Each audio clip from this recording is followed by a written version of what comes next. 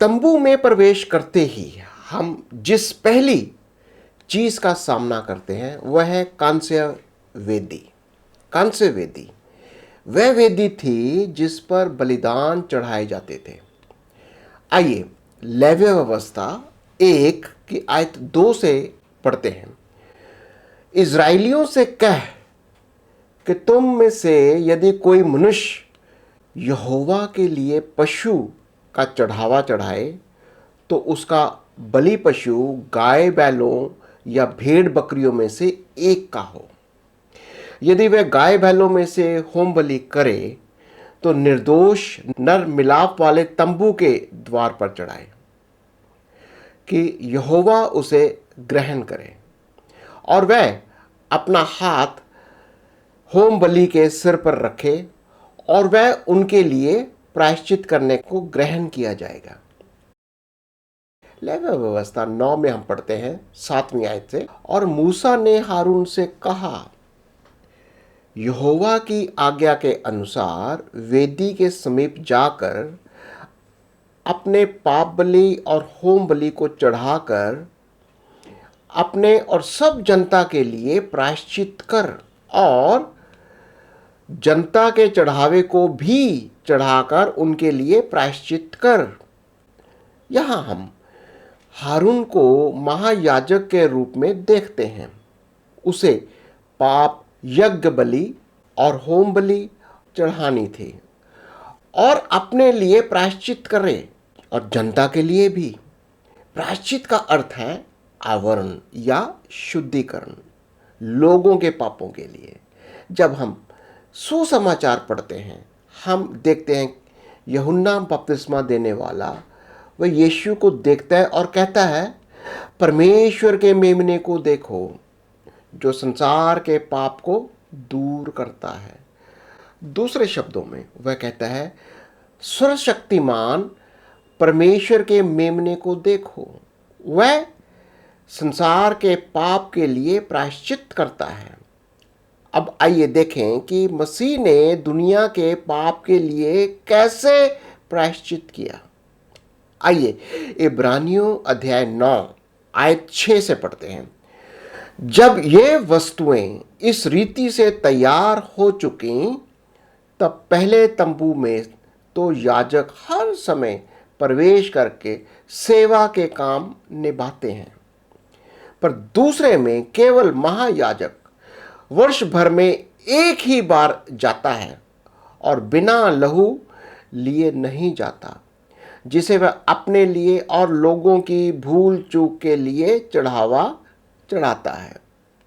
परंतु जब मसीह आने वाली अच्छी अच्छी वस्तुओं का महायाजक होकर आया तो उसने और भी बड़े और सिद्ध तंबू से होकर, जो हाथ का बनाया हुआ नहीं अर्थात इस सृष्टि का नहीं, और बकरों और बछड़ों के लहू के द्वारा नहीं, पर अपने ही लहू के द्वारा एक ही बार पवित्र स्थान में प्रवेश किया और अनंत छुटकारा प्राप्त किया।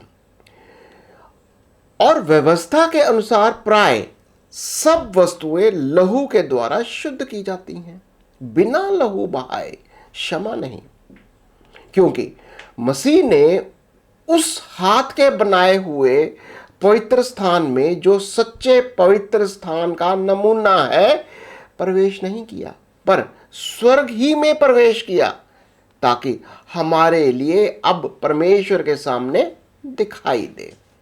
नहीं तो जगत की उत्पत्ति से लेकर उसको बार बार दुख उठाना पड़ता, पर अब युग के अंत में वह एक बार प्रकट हुआ, ताकि अपने ही बलिदान के द्वारा पाप को दूर कर दे।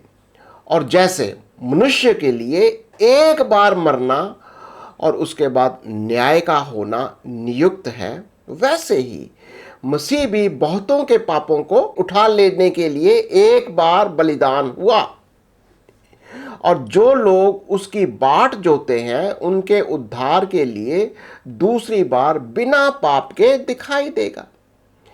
ये आयतें कहते हैं महायाजक अति पवित्र स्थान में साल में केवल एक बार अपने लिए और लोगों के पापों के लिए बकरियों और बैल के खून के साथ प्रवेश करते थे। लेकिन जब मसीह महायाजक के रूप में आया तो वह बड़े और अधिक परिपूर्ण तंबू से गुजरा, जो मानव हाथों से नहीं बनाया गया है और ना इस दुनिया की रचना का हिस्सा था। वह समय हमारी ओर से स्वर्ग के तंबू में प्रवेश कर गया। वह सभी के लिए एक ही बार अति पवित्र स्थान में प्रवेश कर गया, अपने समय के रक्त से और सभी के लिए अनंत छुटकारे को प्राप्त किया। हम सीखते हैं कि मसीह का बलिदान किया गया था हमारे पापों को दूर करने के लिए, और अब वह दूसरी बार उन लोगों के लिए उद्धार लाने के लिए प्रकट होगा जो उसकी प्रतीक्षा कर रहे हैं। इब्रानियों 10 में हम पढ़ते हैं, बैल और बकरियों के खून के माध्यम से पापों को दूर करना असंभव है। इसलिए जब मसीह संसार में आया, वो कहता है, बलि और पशुओं के लहू बलि की तुमने इच्छा नहीं की थी, लेकिन तुमने मुझे शरीर के रूप में तैयार किया है। होम बलि और पाप बलि से तुम प्रसन्न नहीं थे। तब मसीहा कहता है, मेरे सर्वशक्तिमान परमेश्वर, मैं यहां हूं। शास्त्रों में मेरे बारे में लिखा है, तुम्हारी मर्जी पूरी करने आया हूं। दिन प्रतिदिन याजक खड़ा होता है और अपने धार्मिक कर्तव्यों का पालन करता है। वह बार बार वही बलिदान देता है जो कभी पापों को दूर नहीं कर सकता। लेकिन जब ईसा मसीह हमारे महायाजक ने हमारे पापों के लिए हमेशा के लिए एक बलिदान चढ़ाया, वह सर्वशक्तिमान परमेश्वर के दाहिने हाथ बैठ गया। यहां इब्रानियों का लेखक मसीहा हमारे महायाजक के बारे में बात कर रहा है। वह दाऊद का संदर्भ देता है। भजन संहिता की पुस्तक से वो कहता है, मसीह की देह की एक भेंट से हमारे पाप दूर हो जाते हैं। रोमियों अध्याय 5 कहता है 6 आयत में, क्योंकि जब हम निर्बल ही थे तो मसीह ठीक समय पर भक्तिहीनों के लिए मरा। किसी धर्मी जन के लिए कोई मरे, ये तो दुर्लभ है, परंतु क्या जाने किसी भले मनुष्य के लिए कोई मरने का भी हियाव करे। परंतु परमेश्वर हम पर अपने प्रेम की भलाई इस रीति से प्रकट करता है कि जब हम पापी ही थे तभी मसीह हमारे लिए मरा। पहला यूहन्ना अध्याय 1 की 7वीं आयत को हम पढ़ते हैं, पर यदि जैसा वह ज्योति में है वैसे ही हम भी ज्योति में चले तो एक दूसरे से सहभागिता रखते हैं, और उसके पुत्र यीशु का लहू हमें सब पापों से शुद्ध करता है। प्रकाशित वाक्य 1:5 में हम पढ़ते हैं, मसीह ने हमसे प्यार किया और उसने हमें हमारे पापों से मुक्त कर दिया है अपने ही खून से।